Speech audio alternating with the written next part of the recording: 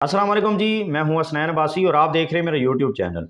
Viewers, आज एक important खबर है रूस के हवाले से और मैं आपको बताता चलूं कि अमेरिका और यूरोप ने रूस की तबाही का प्लान बना लिया है। अमेरिका और यूरोप उसकी इकोनॉमी को और उसके सबसे बड़ा जो सोर्स ऑफ इनकम है उसको तबाह करने के लिए प्लान कर चुके हैं और इसके तहत वो कुछ दो तीन अपने टारगेट्स हैं जो अचीव करना चाहते हैं। उनमें से पहला ये कि क्या वाकई इस प्लान के तहत वो उसकी इकोनॉमी को तबाह करने के काबिल हो जाएंगे, या ये प्लान जितना सुनने में अच्छा लग रहा है प्रैक्टिकली इस तरीके से वो इम्प्लीमेंट भी हो पाएगा।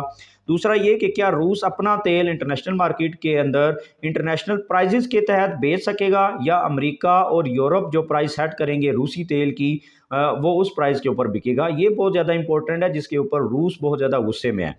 तीसरा ये कि क्या वाकई वो अपनी प्लानिंग के ज़रिए रूस को मजबूर कर देंगे यूक्रेन से बाहर आने के लिए। तो अगर वो बाहर आ जाएगा इनकी लगाई हुई पाबंदियों की वजह से, तो इसका मतलब एक रूस जो कि दुनिया को असला बेचता है वो एक ऐसे मुल्क से जंग हार जाएगा जिसके पास अपना डिफेंस ही नहीं है।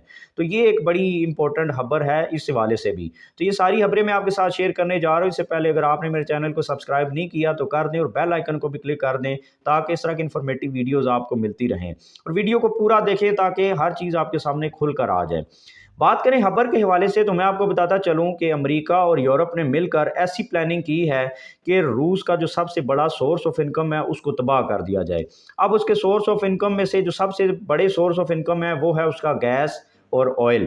गैस वो रूस को एक्सपोर्ट करता था, उससे बिलियंस ऑफ डॉलर्स लेता था। लेकिन जब से अमेरिका और यूरोप ने मिलकर उसके ऊपर माशी पाबंदियां लगाई हैं यूक्रेन जंग की वजह से, तो वो उनका जवाब देते हुए उसने उनकी गैस बंद कर दी है। अब नुकसान तो दोनों का हो रहा है कि रूस जो है वो उस गैस के एवज उनसे बिलियंस ऑफ डॉलर्स लेता था और यूरोप को वो गैस मिलती थी जिससे वो अपनी इंडस्ट्री चलाते थे। लेकिन अब मजीद अमेरिका ने यूरोप को मिलाकर जो तेल के ऊपर पाबंदियां नहीं लगी थी वो भी लगा दी हैं। अमेरिका और यूरोप बेसिकली मिलकर ये करना चाहते हैं कि रूस का जो ऑयल है उसके ऊपर प्राइस कैप लगाना चाहते हैं। प्राइस कैप क्या है? वो ये कहते हैं कि जो सबसे बड़ा इसका सोर्स ऑफ इनकम है इस वक्त वो है तेल, जो कि दुनिया को बेचता है और बिलियंस ऑफ डॉलर्स लेता है। वो बिलियंस ऑफ डॉलर्स वो इस जंग के ऊपर खर्च कर रहा है जो कि उसने यूक्रेन के अंदर खोली हुई है। तो उनकी कोशिश ये है कि जब ये सोर्स ऑफ इनकम इसका डैमेज हो जाएगा, इसके पास पैसे नहीं रहेंगे, तो ये अपनी जंग को फंड करने के काबिल नहीं रहेगा। तो फिर क्या होगा, इसके पास दूसरा ऑप्शन नहीं होगा जंग को छोड़कर वापस आने के लिए।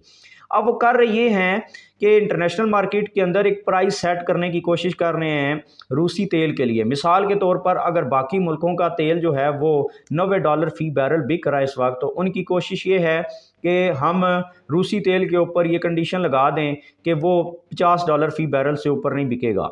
तो अब क्या होगा, इससे दो फायदे होंगे। वो कह रहे हैं कि एक तो ये होगा कि बहुत ज़्यादा रेवेन्यू जनरेट नहीं कर पाएगा रूस इस तेल को बेचकर। ज़ाहिर है जब सस्ता बिकेगा तो फिर इतने पैसे तो होंगे नहीं कि वो जंग के लिए भी लगाए और अपने जो उसके खर्चे हैं मुल्क के वो भी चलाए।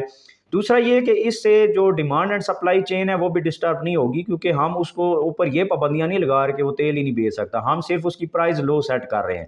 तीसरा ये कि आपको पता है पूरी दुनिया के अंदर इस वक्त ऑयल प्राइसेस हाई होने की वजह से महंगाई है, तो वो कह रहे हैं जो इन्फ्लेशन है वो भी कंट्रोल हो जाएगी। तो अब सुनने के लिए तो बड़ी अच्छी है। अब देखें इंडिया और चीन उससे ये ले रहे हैं। अगर अमेरिका और यूरोप मिलकर उसके ऊपर पाबंदियां लगा दें और उसको कहें कि $50 फी बैरल से ये ज़्यादा ना नहीं बेच सकता और कोई भी इस कीमत से ज़्यादा इससे तेल ना ले, तो फिर लेने वाला भी रूस को ब्लैकमेल करेगा। देखो कि मैं तो, वो रूस को कहेगा देख मैं तेरे से ले तो रहा हूँ लेकिन इस प्राइस पे दे, क्योंकि अगर मैं नहीं लूँगा तो तेरे से फिर लेना ही किसी ने नहीं है। तो ये बेसिकली सुनने में तो बड़ा अच्छा प्लान है, क्या ये प्रैक्टिकली भी इम्प्लीमेंट हो पाएगा? अब ज़ाहिर है नुकसान जब उसको होगा तो वो जंग को फंड भी नहीं कर पाएगा, तो क्या वाकई वो जंग से भी बाहर आ जाएगा? और तीसरा ये कि क्या वाकई वो इस इनकी दी हुई प्राइस के ऊपर तेल बेचेगा? क्या होने जा रहा है आगे, ये बहुत ज़्यादा इंपॉर्टेंट है। रूस ने इसका जवाब देते हुए कहा कि जो मेरे ऊपर पाबंदियां लगाएगा मैं उसको तेल ही नहीं दूंगा।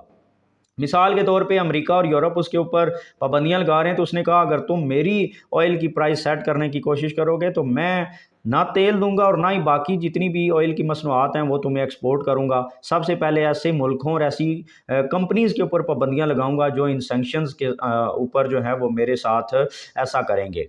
दूसरा ये कि क्या इंडिया और चीन वो इन G7 कंट्रीज़ या अमेरिका और यूरोप की इन पाबंदियों को मानने वाले हैं? क्योंकि पहले ही अमेरिका और चीन के दरमियान ताइवान के हवाले से जंग शुरू हुई हुई है, तनाज़ा एक बड़ा। तो चीन तो कभी भी इनकी बात नहीं मानने वाला।